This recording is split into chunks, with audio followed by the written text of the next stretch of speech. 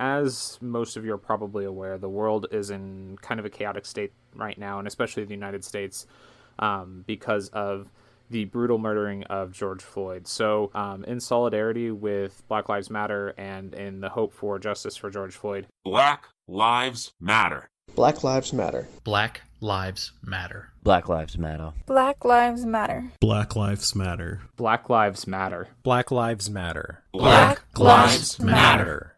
We all stand together. I know this is a history podcast.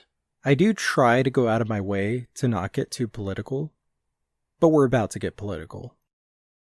Because right now, we're in the middle of one of the biggest epic fails of history. Now I am become death, the destroyer of worlds. The only thing we have to fear is fear itself.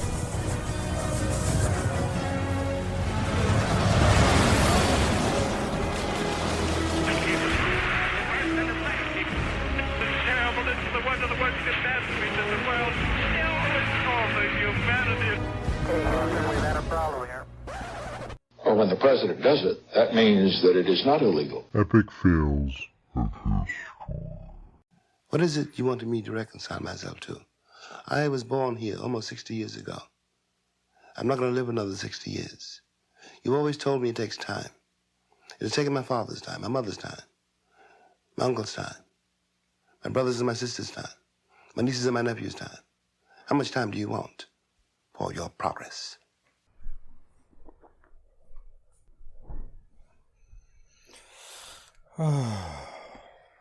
Hey folks, Eric here again. Just checking in. I just wanted to check in and apologize for the delay. Believe it or not, I was once again planning to get that Cuban Missile Crisis episode up, but 2020 just keeps happening. Today's episode is actually on a subject that I have been meaning to cover for some time now. I was originally hoping to line up a guest or two for this one, but with everything going on right now, it just felt like this was the right time. It felt like it couldn't wait. And I apologize that I wasn't able to get it out sooner. And I want to give everyone a fair warning that this subject really gets me fired up. This is definitely a difficult topic, but I think it's really important to acknowledge. I usually like to keep this podcast relatively light and entertaining, but today's episode is not that. As someone with a certain level of privilege, using my platform to speak up about this topic feels like the right thing to do. Now, I'm not claiming to be perfect by any means, but I firmly believe that this is an issue that is going to take all of us. This year's not even halfway done, and it already feels like one of the most turbulent years in American history. We're still in the midst of a global pandemic. As I'm recording this, there's now over 7 million reported cases worldwide. 2 million of those are here in the US alone. I was actually hoping to shift to some positive news and talk about the successful launch of American astronauts to the International Space Station aboard the SpaceX Dragon capsule, but then George Floyd was murdered in cold blood by an officer of the law. This understandably sparked protests around the nation, but for some reason this time was different. This was of course not the first time an incident like this has occurred. In fact, it's become all too familiar. Leaked footage of police brutality has become as common as school shootings, both of which should never be things that we simply become accustomed to. Trayvon Martin, Tamir Rice, Michael Brown, Eric Garner, Philando Castillo, Breonna Taylor, and the list goes on and on. And time again, those responsible get off easy because they're protected by the system, and the world moves on without addressing the systematic racism that allows these crimes to flourish. And yet, nearly 2 weeks later, this incident wasn't even the last. Now, this podcast is supposed to be a history podcast. I've made a really strong effort to not get too political. In fact, I was really tempted to cover the impeachment trial earlier this year, and I chose not to because that chapter of history is still being written. But what's going on right now goes beyond politics. It's about injustice in our midst. It's about the people in charge making excuses. It's not a political issue, it's a moral issue. This should not be controversial. We shouldn't be treating political parties like sports teams. You shouldn't back your party just because you have their jersey. I've spoken about these issues before on past episodes. We talked about Andrew Johnson and the failure of Reconstruction back on episode 17. We did a two-parter on the Civil War, and I spoke with Jasmine Turner about Fort Mose back on episode 4. But I felt compelled to really dive into this subject in light of recent events. To all those people complaining about Confederate monuments being taken down, I'd like to say something. History isn't taught by statues. If you're really worried about history being forgotten, maybe you should read more history books. If you really want people to learn their history, maybe we should pay teachers what they're worth. If you're so concerned over history being forgotten, then why aren't you angry about the Tulsa Massacre? And while we're on the subject, the Confederate flag, in a modern perspective, is 100% a racist icon. There's a reason that literal neo-Nazis use it in Germany instead of swastikas, because swastikas are illegal in Germany, unlike the Confederate symbolism here in the States.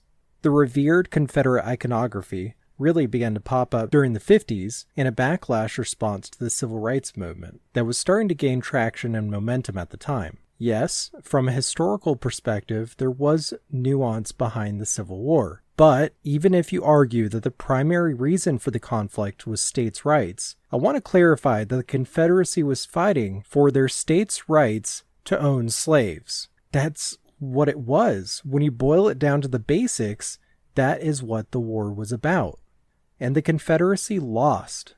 That doesn't mean we shouldn't learn about it and learn from it. And we should remember the lives lost. But it also should not be an excuse to praise or honor a flawed and failed ideology.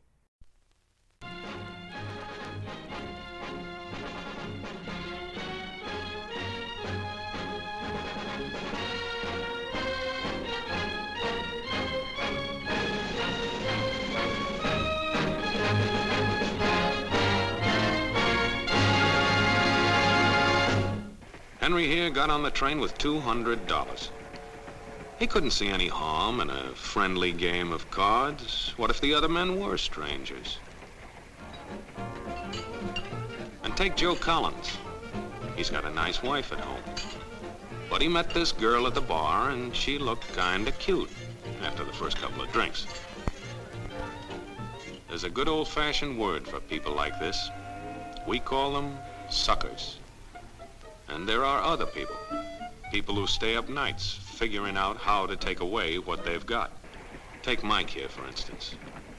He's got everything, you might say. He's young, he's healthy, he's got a job. And he's got a country called America. It's a wonderful thing to have. America. Lots of room. Room enough to raise plenty of food. Big factories to make things a man can use. Big cities to do the business of a big country.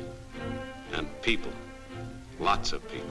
Enough to work the farm and build the factories, dig the mines, and run the business. All kinds of people. People from different countries with different religions, different colored skins. Free people. They can live together and work together and build America together because they're free. Free to vote, to say what they please, go to their own churches, to pick their own jobs. Yeah, Mike's got something, all right. He's got America. But there are guys who stay up nights figuring out how to take that away from him. I want to give you the truth, folks. The truth about America. I know you've got a lot of questions. You want to know why you're not getting the breaks you deserve. Well, I'm not a politician, but I've made it my business to study these things, and I happen to know the facts. Now, friends, I'm just an average American. But I'm an American, and some of the things I see in this country of ours make my blood boil. I see people with foreign accents making all the money. I see Negroes holding jobs that belong to me and you. Now I ask you, if we allow this thing to go on, what's going to become of us real Americans? I've heard this kind of talk before, but I never expected to hear it in America. The truth about Negroes and foreigners. The truth about the Catholic Church. Do you believe in that kind of talk? That makes pretty good sense to me. And I tell you, friends, we'll never be able to call this country our own until it's a country without. Without what? Yeah, without what? Without Negroes. Without alien foreigners. Without Catholics. Without Freemasons. You know these people. What's wrong with the Masons? I'm a Mason. Hey, that fellow's talking about me. And that makes a difference, doesn't it? These are your enemies. These are the people who are trying to take over our country. Now you know them. You know what they stand for. And it's up to you and me to fight them. Fight them and destroy them before they destroy us. Before he said Masons, you were ready to agree with him. Well, yes, but he was talking about... What about those other people? But in this country, we have no other people. We are American people. What about you? You aren't American, are you? I was born in Hungary, but now I am an American citizen. And I have seen what this kind of talk can do. I saw it in Berlin. I heard the same words we have heard today. But I was a fool then. I thought Nazis were crazy people, stupid fanatics. But unfortunately, it was not so. You see, they knew that they were not strong enough to conquer a unified country. So they split Germany into small groups. They used prejudice as a practical weapon to cripple the nation. Of course, that was not easy to do. They had to work hard to do it. You see, we human beings are not born with prejudices. Always they are made for us. Made by someone who wants something. Remember that when you hear this kind of talk. Somebody is going to get something out of it. And it isn't going to be you.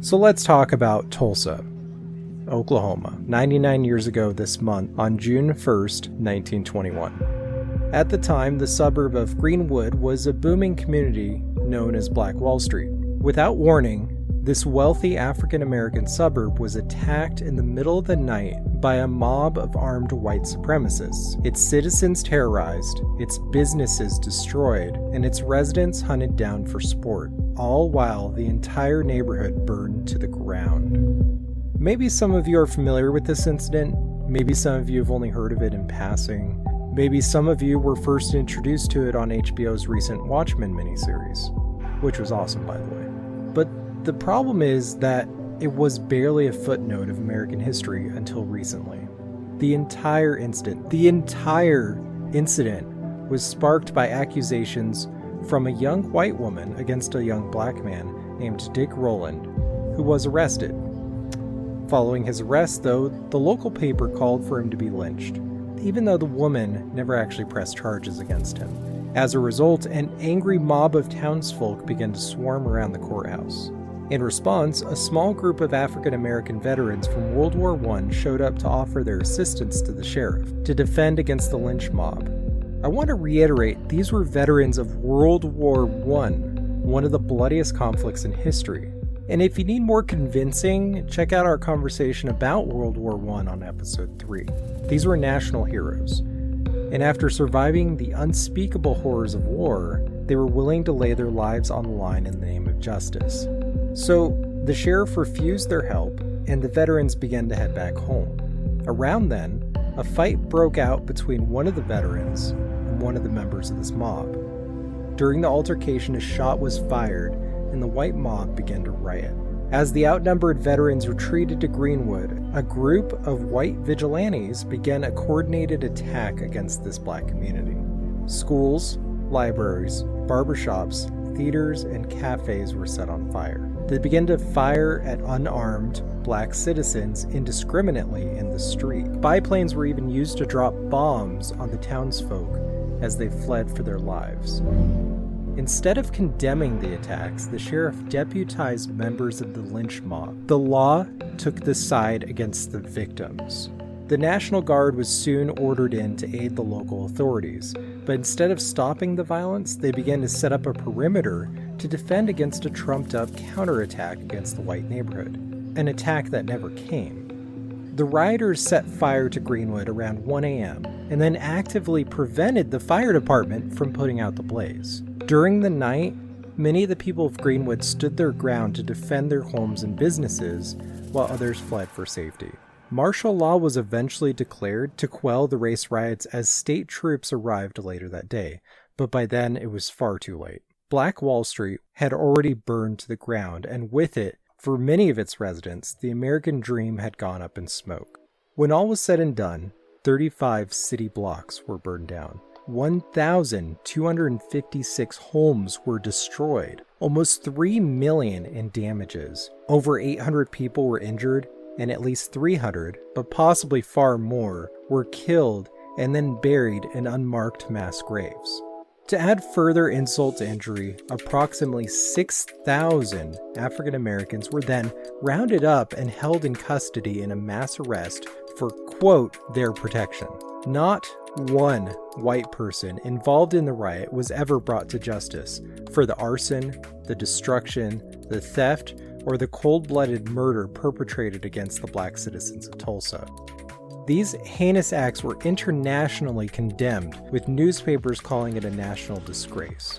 The mayor of Tulsa even called for restitution immediately during the aftermath of the tragedy.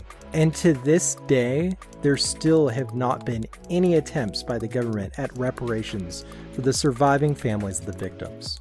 The lives of those that survived were never the same. Most of them had lost all their valuables, property, and their livelihoods. Unfortunately, since then, the history of the Tulsa Massacre was essentially erased from history as white Americans moved on, while the Ku Klux Klan became emboldened by it, and the history books didn't even mention it as more than a footnote for years to come. Not only was this one of the worst racist attacks in American history, but it was one of the largest insurgent attacks on American soil. This was an American city under siege. Innocent American civilians were gunned down, murdered in cold blood, and no one ever talks about it. We all know about Pearl Harbor, we all know about 9/11, but we never learned about Tulsa in school, and that's a problem. This was a horrific tragedy in our history, but the real epic fail here is that it was all but forgotten, almost 100 years later. Somehow, the KKK has still not been declared a terrorist organization, despite inciting and perpetrating actual deadly attacks and hate crimes against American citizens for well over 100 years. Instead, the president recently denoted Antifa as a terrorist organization. Antifa literally stands for anti-fascist.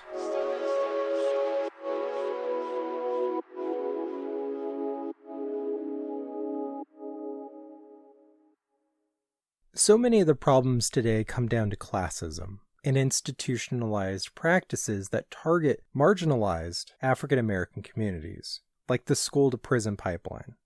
These systems of inequality have been in place for decades now. The fact that our country has for-profit prisons, which are incentives to lock up the disenfranchised for nonviolent crimes, is enough to really question the way we're running things here in the States. Ever since the civil rights marches from Selma to Washington, D.C., we as Americans have allowed ourselves to give more and more power to those who have been sworn to serve and protect. With the way our country has traded freedom for security in recent years, it's no wonder that certain individuals have felt emboldened to abuse their power. The same people that were complaining when Colin Kaepernick took a knee to protest during the national anthem at a football game are now complaining because people are taking to the streets. If people in a free democracy are condemned for silent, peaceful acts of protest in the face of injustice, then what options are left? To be clear, I'm not condoning the riots, but it's not even close to my place to condemn them. There have been dozens of cases of police brutality since the killing of George Floyd. Incidents where legitimately peaceful protesters have been met with excessive force. American civilians exercising their First Amendment rights to assemble are being tear gassed, battered, shot with rubber bullets, beaten, and killed. Also worth pointing out, tear gas and other chemical weapons were banned by the Geneva Conventions after World War I. It's a war crime to use it on the battlefield, and yet we allow it to be used against our own citizens. Let that sink in for a moment. There's nothing that pisses me off more than people in power not taking ownership for their mistakes, or worse, blaming others. If the facts don't conveniently fit in with your narrative, then it might be time to step outside of your comfort zone and get a better perspective. It's hard to say how the future will unfold, but if there's one thing that history has taught us, it's that the status quo can always change. Democracy is not guaranteed. Without the support of the people, the Constitution is meaningless. It's all just words on a page unless there's actual people there to stand up for it. And what's worse is we're not in a much better place now than we were in 1968. Racism didn't end with Martin Luther King's dream and the March for Civil Rights. That was supposed to be the start of reform, not the end. It's not enough to not be racist. We have to stand up against systematic racism and equality in the world, in the workplace, in our government, in our families. This is not a new issue. It's a problem as old as this country, but I still believe in our nation and the principles on which it was founded. This isn't just an American problem. It affects all of us. In 1946, after being freed from a Nazi death camp, Martin Niemöller, a German Lutheran pastor, confessed the following. In Germany, they came first for the communists, and I didn't speak up because I wasn't a communist. Then they came for the Jews, and I didn't speak up because I wasn't a Jew. Then they came for the trade unionists, and I didn't speak up because I wasn't a trade unionist. Then they came for the Catholics, and I didn't speak up because I was a Protestant. Then they came for me, and by that time, nobody was left to speak up.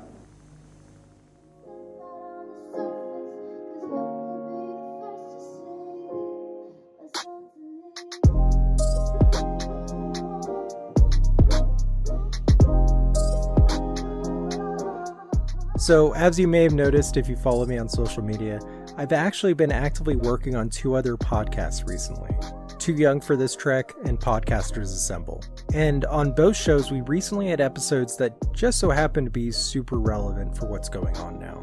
On Too Young for This Trek, we review Star Trek episodes in a completely random order with someone who's completely new to the franchise. And on the latest episode, we're actually taking a look at one of my personal favorite episodes from Deep Space Nine, Far Beyond the Stars, which feels very appropriate right now for what's going on.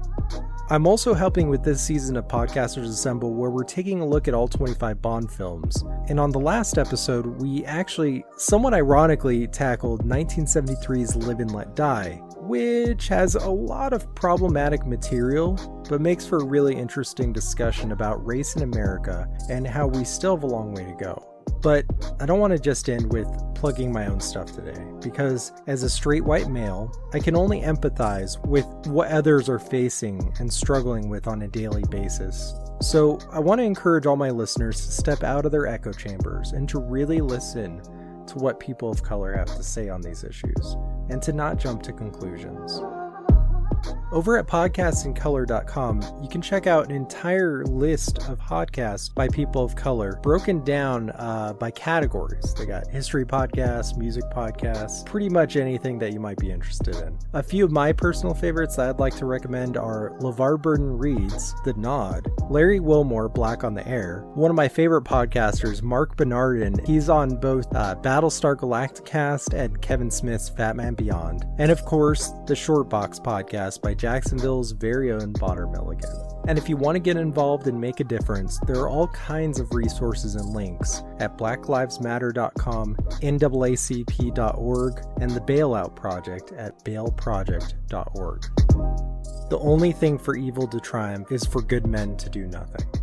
So my message to you is to speak up for those who can't, to lift up those who can't breathe, to never give up, and to be on the right side of history. Black Lives Matter.